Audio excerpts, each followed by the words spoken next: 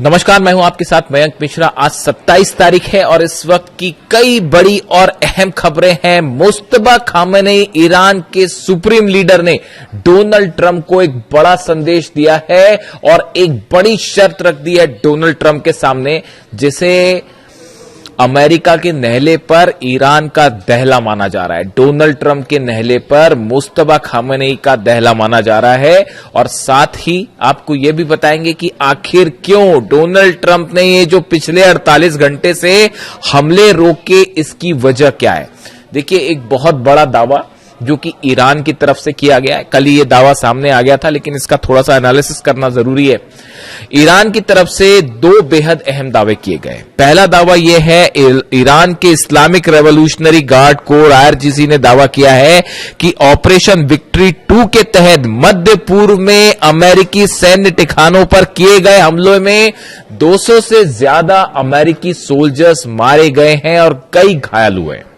ये बहुत बड़ा दावा है जो ईरान ने किया। देखिए, जॉर्डन पर जो हमले हुए, कुवैत पर हमले हुए, बहरीन पर हमले हुए, इराक पर हमले हुए, यहां पर सीधा सीधा अमेरिका के बेसिस को निशाना बनाया गया और बेहद सटीक हमले किए गए। फतह 2 से हमले किए गए, फतह 110, जुल्फिकार मिसाइल से हमले किए गए, सेजिल मिसाइल से हमले किए गए और ये तीनों मिसाइल्स का कोई जवाब ना तो पेट्रियट के पास था, ना थाट के पास था। अमेरिका के डिफेंस सिस्टम की धज्जियां उड़ गई, चीथड़े उड़ गए। हमने आपको यही दावा किया था। देखिए, हम कैजुअलिटी के बारे में कोई दावा नहीं कर रहे, लेकिन हमने एक और दावा किया था। मैंने खुद ने आपको यह दावा कर बताया था कि जो खबरें हैं, जिस नेचर की स्ट्राइक करी है, जिन मिसाइल्स की स्ट्राइक की है, जिस प्रिसीजन के साथ स्ट्राइक की है, उससे लगता है कि अमेरिका के कई जेट्स तबाह हुए हैं, खासतौर पर जॉर्डन में। और अब ईरान की तरफ से भी यही दावा किया जा रहा है। ईरान कह रहा है कि साहब, जो हमले किए उसमें 11 तो फाइटर जेट अमेरिका के तबाह हो गए। जॉर्डन में जो फाइटर जेट के बेस पर हमला हुआ था, वो मिसाइल ठीक उस हैंगर के ऊपर गिरी थी जहां पर फाइटर जेट्स खड़े थे अमेरिका के, वो तबाह हुए हैं। कुवैत में बड़ी जो है वो तबाही हुई है। कुवैत में भी जो फाइटर जेट के हैंगर थे वो तबाह किए गए। अब ईरान दावा कर रहा है कि हमने 11 अमेरिका के फाइटर जेट्स तबाह कर दिए हैं, जिसमें F-15 फाइटर जेट शामिल है, एक P-8 है, इसके अलावा C-17 ट्रांसपोर्ट विमान है, वो शामिल है और 8 से ज्यादा जो है रिफ्यूलिंग टैंकर शामिल है। मतलब ये आंकड़ों को अगर आप जोड़ लें तो ये अच्छे खासे नंबर हो जाएंगे। देखिए, ये पिछली बार भी हुआ था इस तरह से कि हमने कहा था आपको कि 30 से ज्यादा प्लेन्स तबाह हुए। अमेरिका के नंबर्स जो है वो 42 निकल के आए और अब देखिए ईरान के ये दावे हैं, इनको लेकर सैटेलाइट इमेजेस भी सामने आनी शुरू हो गई हैं। इतनी आसानी से डोनाल्ड ट्रंप पीछे नहीं हटते। ये जो हमले हुए उसके पीछे की एक पूरी कहानी है कि आखिर क्यों डोनाल्ड ट्रंप ने ये हमले रोके, हम उसका भी जिक्र करेंगे। देखिए, एक बड़ा संदेश आया है मुस्तफा खामेनेई का, जो कि डोनाल्ड ट्रंप के नाम सीधा सीधा संदेश ये माना जा रहा है और उसमें ईरान ने ये कहा है कि अगर किसी भी तरह की बातचीत करनी है अमेरिका को या किसी भी तरह से सीज फायर की बात करनी है, तो अब उसकी पहली शर्त यह है कि लेबनान में पूरी तरह से शांति होनी चाहिए, इजराइल के हमले रुकने चाहिए, इजराइल की सेना बाहर जाए। ये जो सीज फायर करते हैं और उसके आड़ में नेतन्याहू जो हमले कर रहे हैं लेबनान में, ये जब तक नहीं रुकेंगे तब तक कोई बात नहीं। ये सीधा सीधा संदेश मुस्तफा खामेनेई ने डोनाल्ड ट्रंप को दे दिया है कि आपसे बात तब होगी जब आप लेबनान में पूरी तरह से मसला खत्म, या अमेरिका ये जो इजराइल की फोर्सेस है इसको बाहर भगाइए यहां से पहले और नेतन्याहू के हमले रुकवाइए और ये जो सीज फायर के नाम पर धोखा देते हैं इस तमाशे को बंद करवाइए, वरना कोई बात नहीं। देखिए, अब जंग में ईरान ने लीड बना ली है। ये जो जहाज ठोके हैं, पेट्रियट सिस्टम के ऊपर मिसाइल गिरी है। ये तमाशा रूस भी देख रहा है, चीन भी देख रहे हैं और हंसी उड़ाई जा रही है डिप्लोमेटिक सर्कल में कि ये अपने बड़ा दम भरते थे पेट्रियट और थार्ड का, ऊपर मिसाइल मारी गई है। साहब, सीधी सीधी मिसाइल्स गिरी है, पेट्रियट और थार्ड सिस्टम तबाह हो गए और इतना बड़ा नुकसान हुआ। इस जंग का सबसे बड़ा नुकसान हुआ, यही वजह है डोनाल्ड ट्रंप पीछे हटा है, वरना पीछे नहीं हटता। बैठक होती है व्हाइट हाउस में, मैं आपको एक वीडियो में पहले भी बता चुका हूं। व्हाइट हाउस में बैठक हुई, पीट हेग्सेट शामिल थे उसमें, डैन केन्स शामिल थे, अमेरिका के तमाम अधिकारी शामिल थे। उसमें बताया गया कि जो नुकसान हुआ है और कैसे पेट्रियट और थार्ड सिस्टम मिसाइल्स खत्म हो रही है, सिर्फ 900 मिसाइल्स बची है अमेरिका के पास।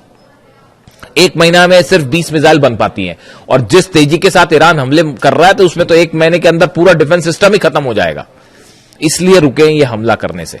और दूसरी चेतावनी आ गई है ईरान की तरफ से कि नेटो के जितने बेसेस है सबको ठोका जाएगा, चाहे वो तुर्की में हो, चाहे इटली में हो, चाहे जर्मनी में हो। मैं आपसे उस पर चर्चा कर चुका हूं, इसलिए इस पर बात नहीं करूंगा। तो ये 6 बेसेस ऐसे हैं नेटो के जहां पर न्यूक्लियर वेपन्स होने की बात कही जा रही है। वो सब के सब खुर्रमशहर 4 के निशाने पे, और जेलेंस्की को भी जवाब मिलेगा। अभी जो कैस्पियन सी में जहाज जलाया है ईरान का, उसका जवाब जो है वो खुर्रमशहर 4 रेडी है, और वो 5 वाला वर्जन भी जो है वो शायद पहली बार अब यूक्रेन पर ही टेस्ट किया जाए, और वो 100% यूक्रेन को जवाब मिलेगा। आप लिखवा लीजिए, चाहे तो कैस्पियन सागर में जवाब मिलेगा, और या फिर जो है सीधा मेनलैंड पे हमले का जवाब मिलेगा। तो बैठक हुई, बैठक में यह तय किया गया कि भाई अभी जो असेसमेंट हुआ कि कितना नुकसान हो रहा है, उसमें यह बात निकल के सामने आ गई कि अगर आप लॉन्ग रेंज वॉर करते हैं, लंबी जंग की तैयारी करते हैं, पहली बात तो देखिए ईरान में वो रैपिड वेनेजुएला समझने की गलती कर रहे थे, तमाम समझाने के बाद भी कि उसको वेनेजुएला मान के चल रहे थे। ईरान ने समझा दिया क्या है हकीकत।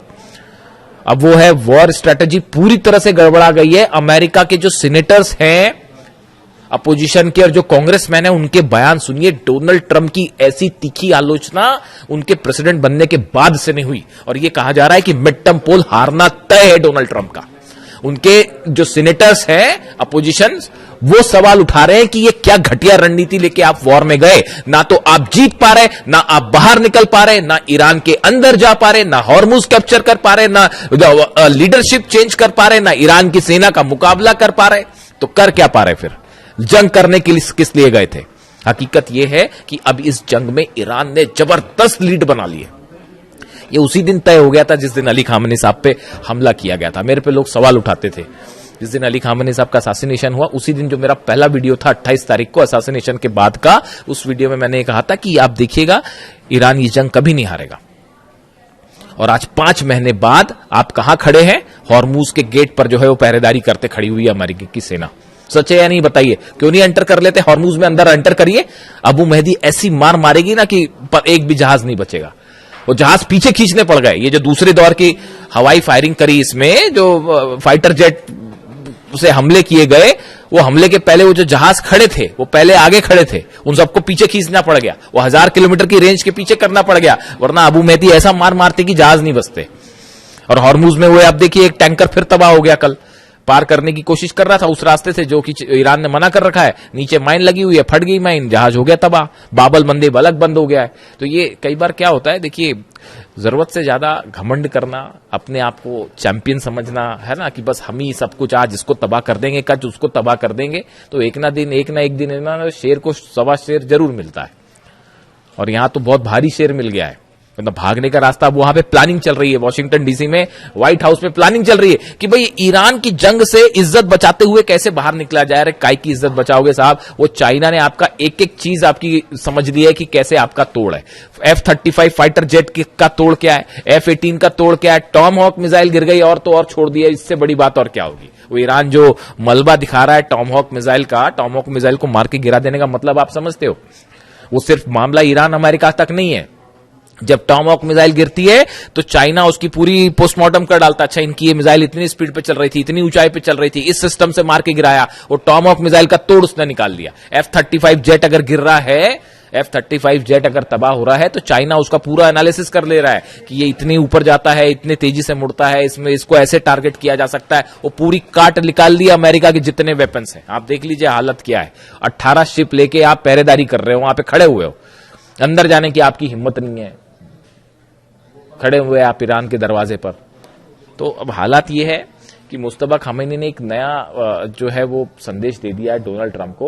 उन्होंने कह दिया है पहले लेबनान में पूरी तरह से शांति करो, उसके बाद बात आगे बढ़ेगी, वरना हम बात ही नहीं करेंगे। और यूरेनियम तो भूल जाइए, वो सपना है, वो भूल जाओ, यूरेनियम नहीं मिलने वाला। पिकेक्स माउंटेन पर हमला करोगे, नेटो के बेसेस उड़ेंगे, यूक्रेन पर हमला होगा, और सऊदी में, यूएई में, कतर में, दोहा में, बहरीन में, कुवैत में एक भी ऑयल रिफाइनरी सलामत नहीं बचेगी, एक भी इंफ्रास्ट्रक्चर नहीं बचेगा। वो जो लंबे लंबे ब्रिज है बहरीन और सऊदी के बीच में, सब मिसाइल्स के निशाने पर है।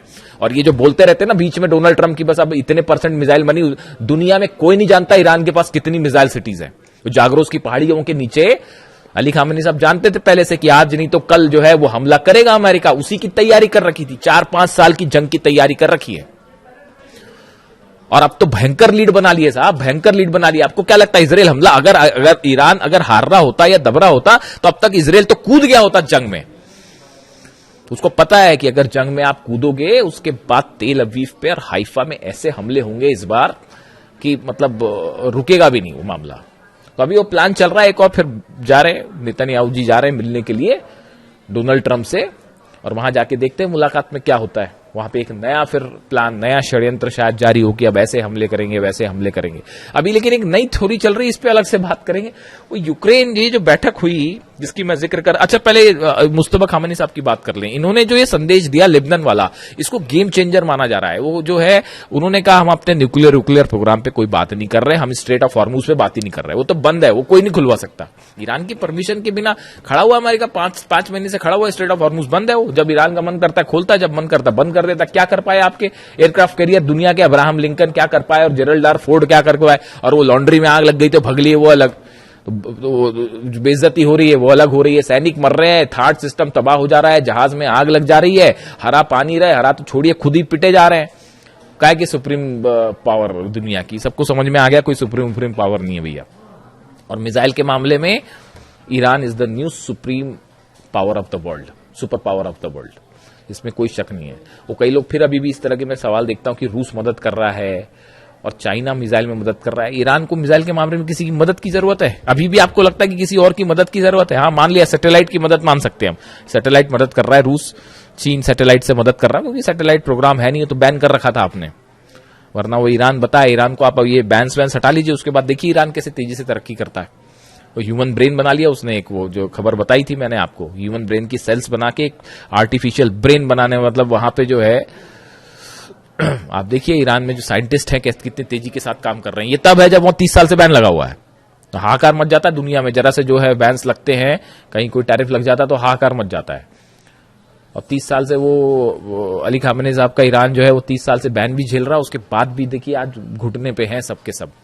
तो अब इन्होंने मुस्तफा खामेनी साहब ने बड़ी प्लानिंग के साथ मामला पूरा लेबनान पे शिफ्ट कर दिया है, और इसका मतलब यह है कि न्यूक्लियर प्रोग्राम पर कोई बात नहीं, बाद में देखा जाएगा, और हॉर्मुज पर कोई बात नहीं, बाद में देखा जाएगा, खोलना है नहीं खोलना है, बंद करना है क्या करना है। पहले लेबनान में आप ये जो तमाशा चल रहा है लेबनान में हमले करने वाला, इसको बंद करिए पहले, उसके बाद ही आगे बढ़ेगी बात। अब डोनाल्ड ट्रंप ने डिसाइड करना है क्या करना है, यानी फोकस अब देखिए, कहने का मतलब यह है, ये खबर अहम इसलिए है, ईरान ने मन बना लिया है कि अब इनसे जो भी बात होगी नहीं होगी, करना है नहीं करना है, ईरान अपने टर्म पे डिक्टेट करेगा, अपने टर्म पे डिक्टेट करेगा। कोई बात अमेरिका की नहीं मानी जाएगी, ना उनके वो जो बीच वाले हैं बात करने वाले, ना उनकी बात मानी जाएगी। वही होगा जो ईरान तय करेगा, जो अहमद वाहिदी तय करेंगे, और अहमद वाहिदी वही तय करेंगे जो खामेनी साहब बता के गए और जो कासिम सुलेमानी साहब बता के गए। वो कासिम सुलेमानी साहब की जो स्ट्रैटेजी है ना, उसी से जॉर्डन ठोका जा रहा है, और उसी से कुवैत ठोका जा रहा है, उसी से थार्ड और पेट्रियट ठोके जा रहे हैं। इसीलिए नहीं डरते थे डोनाल्ड ट्रंप कासिम सुलेमानी से कि अगर कासिम सुलेमानी होते तो पता नहीं क्या हो गया होता। खुद डोनाल्ड ट्रंप ये कहते हैं पता नहीं कितनी तबाही मचाते हैं, और सही कहते हैं। खैर, तो अब हालात ये है कि डोनाल्ड ट्रंप के सामने नई शर्त रख दी है लेबनान वाली। दूसरी तरफ ये बड़े बड़े जो प्लेन गिराने वाले दावे हैं, इसमें थोड़ा सा टाइम लगेगा सामने आने में। बाबल मंदेब जो है वो पूरी तरह से बंद है, क्लोज्ड।